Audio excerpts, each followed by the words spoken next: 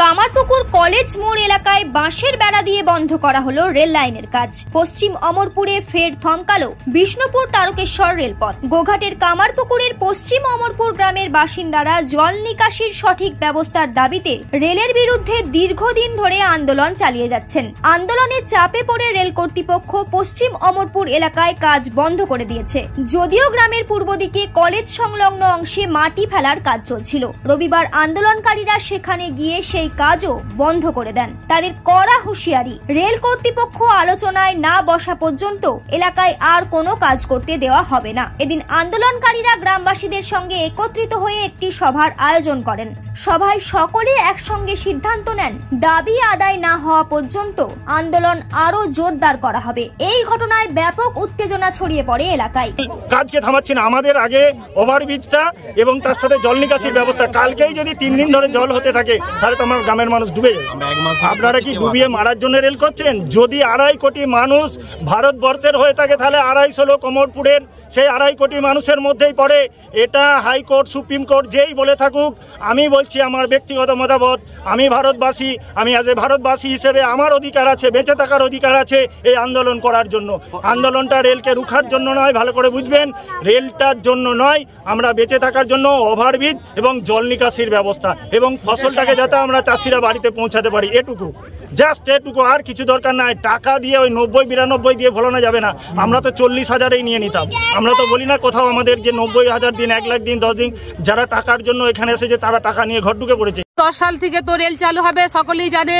আর আমাদের যে হচ্ছে তারকেশ্বর থেকে বিষ্ণুপুর পর্যন্ত যে রেল চলাচল হবে এটা তো সকলেই জানে। আর যে আমাদের যে গ্রামের যে সমস্যাটা যে আছে, যে মানে ওভারব্রিজ তো করতে বলেছিল, ওটা তো করছেও না। আর আমাদের বক্তব্য আছে যে বড় বড় যেমন খাঁচা পোলগুলো করে বা তার তলা দিয়ে যেমন মানুষও যায় আর গাড়িতে বা ফসলে যেমন বইতে পারে। আর মানুষের তো ফসল তো আর এমন যে অবস্থা করছে ওরা, মানুষের তো ফসল তো আর হবেই না, আর আমরা তো বেঁচে থাকবোই না। আর যে ছেলে মেয়েগুলো পড়াশোনা করে যে বড় হবে তারাও তো থাকবে না। এমনকি যে আমরা জমি তো মানে নষ্ট তো ফসল তো হবে, যে বেঁচে থাকলেও যে মানুষের ঘরে কাজ করে খাবো, কিন্তু সেটাও তো দেখতে পাচ্ছি যে হবে না। কিন্তু যে বান বন্যার সময় তো অফিসাররাও তো দেখে গেছে যে অমরপুরের মাঠে কি অবস্থা হয়, যে বান বন্যায় ডুবে যায়। তাহলে তারা কি এখনো দেখতে পাচ্ছে না? তারা তো অনেকবারই দেখে গেছে। তো আমাদের বক্তব্য আছে যে রেল চালাও, গ্রাম বাঁচাও, আমার তো মানা নাই যে ওভারব্রিজ তো করবে না, যে বড় বড় যেমন খাঁচা পোলগুলো করে তার তলা দিয়ে যেমন জল চলে যায়। এই আন্দোলন তো দীর্ঘদিন ধরে হচ্ছে। রেল তো আপনাদের সাথে কি যোগাযোগ করেনি? এখনো যোগাযোগ করছে, কই আসে না। তোরা তো কলেজ মোড় থেকে আসছে বা দেখে চলে যাচ্ছে। আর দীর্ঘদিন কতদিন এরকম রান্না করে খাবে বা ছেলে মেয়ে নিয়ে আমরাই কি করে বাঁচবো বা থাকবো এরকম যদি হয়? কি চাইছেন এখন? আমরা চাইছি যে মানে তারা এসে যেমন সমস্যার সমাধানটা করে দিয়ে যায়।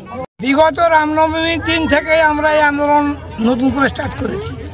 কারণ সেদিনেতেই ইঞ্জিনিয়ার সাহেবকে দেখিয়েছিলাম আমাদের কতগুলো ব্রিজের প্রয়োজন এবং কতগুলো ক্যালভার্টের প্রয়োজন।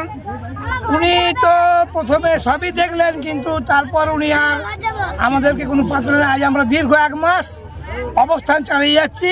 এখন যেটা আমার মনে হয়েছে, এই যে ব্যারিকেডটা আজকে দিলুম বা এই যে এখানটা বন্ধ করলুম, কারণ কেবলমাত্র মাটি ফেলার কাজটাই চলছে। আমাদের জল নিকাশির যে আমাদের গ্রামের যে জলটা বাঁ দিকে এই উত্তর থেকে দক্ষিণে বয়ে যাবে, তার কোনো ব্যবস্থা সম্বন্ধে ওরা কিন্তু কোনোভাবেই কিছু করছে না।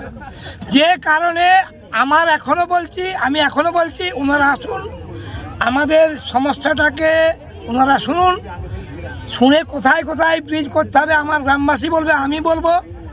কারণ এই আন্দোলনের সূচক যেহেতু আমি, অতএব আমারও জানা আছে, আমার গ্রামবাসীরা তো আরও ভালোভাবে জানে প্রত্যেক পাড়ায় পাড়ায় তাদের কোথায় কতটা জল নিকাশি হলে ভালো হয়। সেইটা যতক্ষণ না পর্যন্ত ক্লিয়ার করতে পারছে, তাহলে আমরা এই ব্যারিকেড দিলাম। এই ব্যারিকেডটা যখন শেষ জায়গায় দিইনি, এখনও কিছুটা ক্লিয়ার রেখেছি। যে ক্লিয়ারটা আরও 1 মাস পরে দেবো যদি আমাদের কথা আসবে। 1 মাস টাইম দেবো রেল দপ্তরকে বা সরকার কর্তৃপক্ষকে। আমি এটাও বলে দিলাম, এখনও 1 মাস টাইম দিলাম।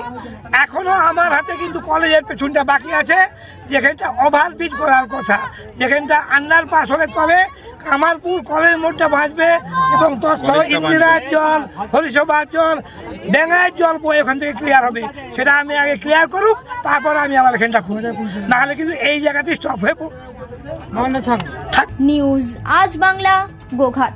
ঘর হবে সেরার সেরা, সবার কাছে মডেল, চিন্তা কিসের? সঙ্গে আছে কেবি মার্বেল। মনের মতো marble, granite, tile, sanitary fittings এর একমাত্র হোলসেল ও রিটেল শপ কেবি মার্বেল। যোগাযোগ 9434059753 অথবা 8918126044।